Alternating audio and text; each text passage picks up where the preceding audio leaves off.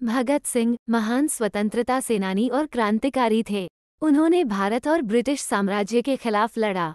लाहौर में बनी सैंडर्स की हत्या, दिल्ली में केंद्रीय संसद में बम विस्फोट और अंग्रेजियों की प्रतिरोध के लिए उन्होंने 23 मार्च 1931 को फांसी पर लटका।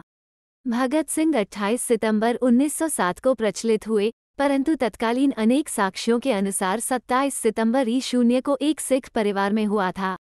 पिता किशन सिंह और माता विद्यावती कौर के गृह में उन्होंने अमृतसर में 13 अप्रैल 1919 को हुए जलियांवाला बाग हत्याकांड के प्रभाव से भारत की आज़ादी के लिए नौजवान भारत सभा की स्थापना की थी।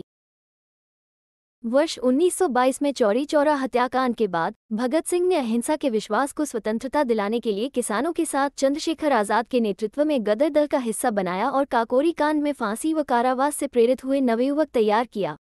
भगत सिंह और राजगुरु ने 17 दिसंबर 1928 को लाहौर में पुलिस अधीक्षक सैंडर्स को मारा और 8 अप्रैल 1929 को नई दिल्ली सेंट्रल असेंबली संसद भवन में बम फेंके। इन दोनों कार्रवाइयों में चंद्रशेखर आजाद और बटुकेश्वर दत्त ने साथ दिया और दोनों ने अपनी गिरफ्तारी भी दी। भगत सिंह की उम्र में 12 वर्ष हो चुके थे जब जलियांवाला बाग हत्याकांड हुआ था। उन्होंने अपने स्कूल से 12 मील पैदल चलकर वहां पहुंचा। इस दौरान उन्होंने किताबों से सोचा कि गांधी जी का असहयोग आंदोलन क्या सही है। उन्होंने गांधी जी को सम्मान किया, पर उन्होंने देश की स्वतंत्रता के लिए हिंसात्मक क्रांति का मार्ग अनुचित नहीं समझा। उनके दल के प्रमुख क्रांतिकारियों में आजाद, सुखदेव, राजगुरु आदि थे। काकोरी कांड में 4 क्रांतिकारियों को फांसी व 16 अन्य को सजाओं के कारण उनमें थोड़ा रोष उत्पन्न हुआ। उन्होंने 1928 में अपनी पार्टी नौजवान भारत सभा का हिंदुस्तान रिपब्लिकन एसोसिएशन में विलय किया और उसे एक नया नाम दिया, हिंदुस्तान सोशलिस्ट रिपब्लिकन एसोसिएशन। 17 दिसंबर 1928 को करीब 4:15 बजे A0S0P0 सॉन्डर्स के आते ही राजगुरु ने एक गोली सीधी उसके सर में मारी, जिससे वो पहले ही मर जाता। लेकिन तुरंत बाद भगत सिंह ने भी 3-4 गोली दागकर उसके मरने का पूरा इंतजाम कर दिया। ये दोनों जैसे ही भाग रहे थे कि एक सिपाही चनन सिंह ने इनका पीछा करना शुरू कर दिया। चंद्रशेखर आजाद ने उसे सावधान किया, आगे बढ़े तो गोली मार दूंगा। नहीं मानने पर आजाद ने उसे गोली मार दी और वो वहीं पर मर गया। इस तरह इन लोगों ने लाला लाजपत राय की मौत का बदला ले लिया। भगत सिंह यद्यपि रक्तपात के पक्षधर नहीं थे, परंतु वे वामपंथी विचारधारा को मानते थे। कार्ल मार्क्स के सिद्धांतों से उनका ताल्लुक था और वे आगे बढ़ाते थे।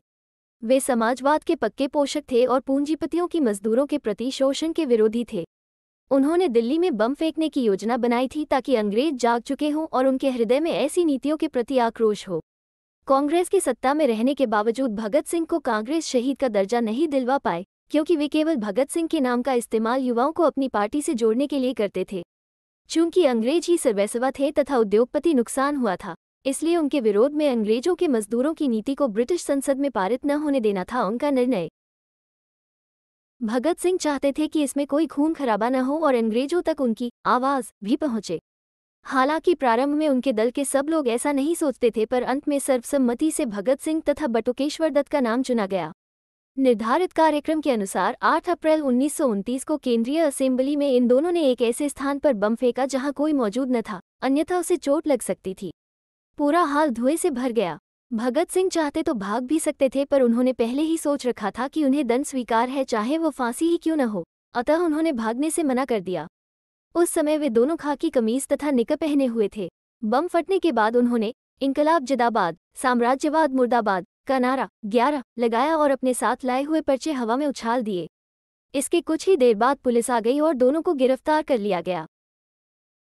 26 अगस्त 1930 को अदालत ने भगत सिंह को भारतीय दंड संहिता की धारा 129, 302 तथा विस्फोटक पदार्थ अधिनियम की धारा 4 और 6F तथा आईपीसी की धारा 120 के अंतर्गत अपराधी सिद्ध किया।